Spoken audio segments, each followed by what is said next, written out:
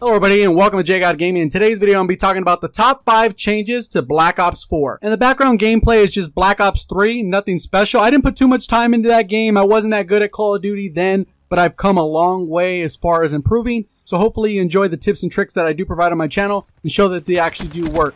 I'm actually going to get my first 20 streak in Black Ops 3 in this match. I just went back recently to get some clips. But let's get into the top 5 list. So one of the biggest changes that I actually see in the game is that they're going to actually give us free DLC maps, which is amazing for the community because it doesn't actually split up the community anymore. A lot of times when people buy these DLC packs, it would totally ruin the matchmaking because then people only have DLC 1. Some people have DLC 1 and 2. Some people have DLC 1, 2, and 3. Sometimes people only have DLC 2 or DLC 3 because based off the feedback different YouTubers will say, what they saw on a trailer, they'll decide to buy it or not. So not everyone does a season pass. So that's all done away with and they've converted it to a season pass that'll work for zombies. And hopefully they actually come out with something similar for the Battle Royale, which will be a season pass that'll work very much like Fortnite. If you're not familiar, Fortnite does like a 10-week season.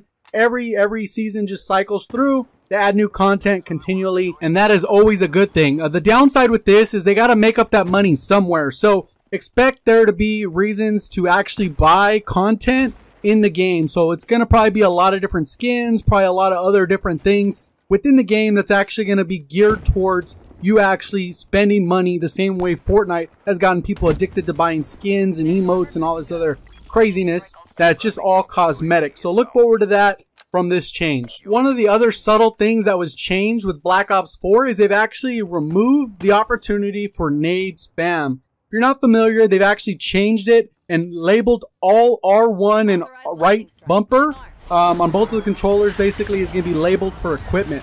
So you could either choose to have a tactical, you can have a lethal, or you can have a specialist item or a specialist piece of gear. And as a result of this, you can only choose one. You can't have nades and tacticals or double nades or any of that craziness that we've had in previous Call of Duty. So they kind of removed that element and made it more about the gunfights. Despite what people are saying about all this stuff, made it more about the gunfights. And it's on a cooldown. So someone that you kill can't just continually throw a nade, die, throw a nade, die, throw a nade. It will not exist in Black Ops 4. So that is something to look forward to. It definitely allows for players to just play the game and focus on gunfights without having to worry about nade spam non-stop. The other major change is reducing the number of players on each team in the match. So it's gone from the traditional 6v6 down to a 5v5.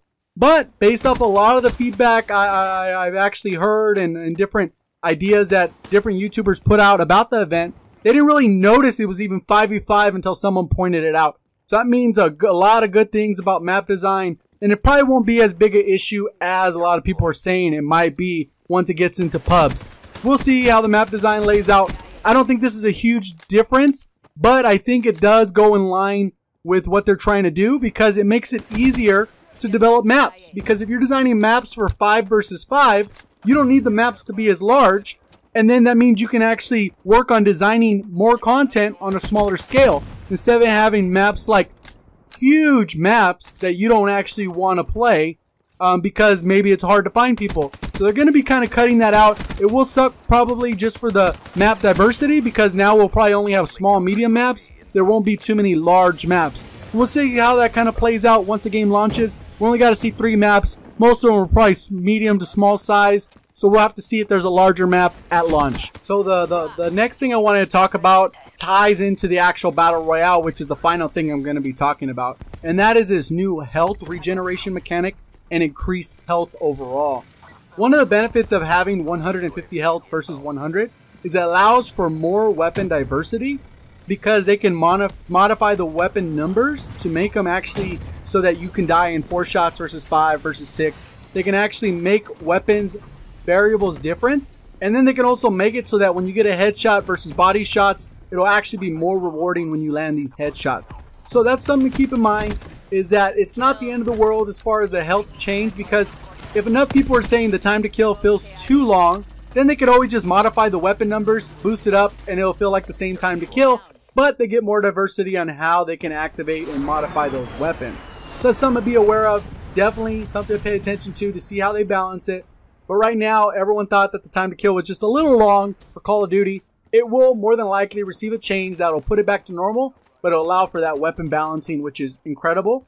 And then you could also have this option where you get 50 additional health by wearing armor, and it only protects your body. So if you get a headshot, it will not protect you. Something to keep in mind, obviously you get the choice risk reward of being able to heal quicker or actually have more health. But the reason why I think they've made this change, and the reason why the change is so significant when you can go ahead and heal yourself versus healing over time, is because it'll tie into the Battle Royale. And the reason why I say that is because when you basically have that armor on with your 150 health, it brings you up to 200 health, which mirrors Fortnite. Exactly, 100 armor and 100 health. It's a little bit of difference on the balancing, but it's still 200 health at the end of the day.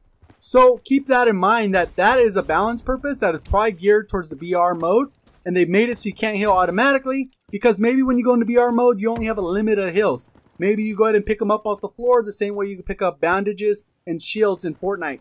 So that's one thing to really pay attention to. A lot of these people are getting caught up in all this other nonsense and making it the end of the world. At the end of the day, you're going to be able to heal faster in this Call of Duty than you will in ever in any other Call of Duty.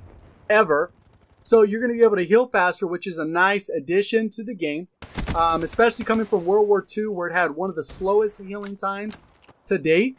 You will have a slower time to kill, but at the end of the day, they could always rebalance that, like I said. So just something to be aware of. Don't get all caught up in, oh, I have more health. It just allows them to fine tune it, rebalance it, value headshots more, balance weapons so that they have different characteristics versus 3 weapons almost doing the exact same thing.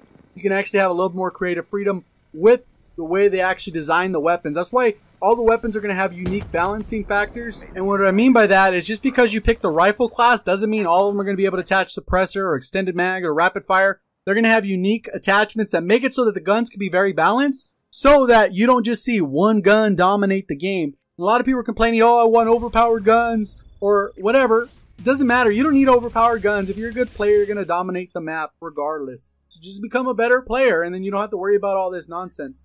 You can not have to worry about heal because you're going to heal faster than ever before. So this is just my top 5 list that I kind of thought about. If you guys have ads, go ahead and let me down in the comment section below what you think. I'm sure I'm on the same page with most of you. I'm sure I'm on a different page than a lot of you. So if you do enjoy the video, if you'd like to stay up to date with my future content, make sure you subscribe. Make sure you click the like button if you did enjoy the video at all. Got them notifications on by ringing that bell, and I'll see you on the next one. Thank you for watching, and as always, have a great day.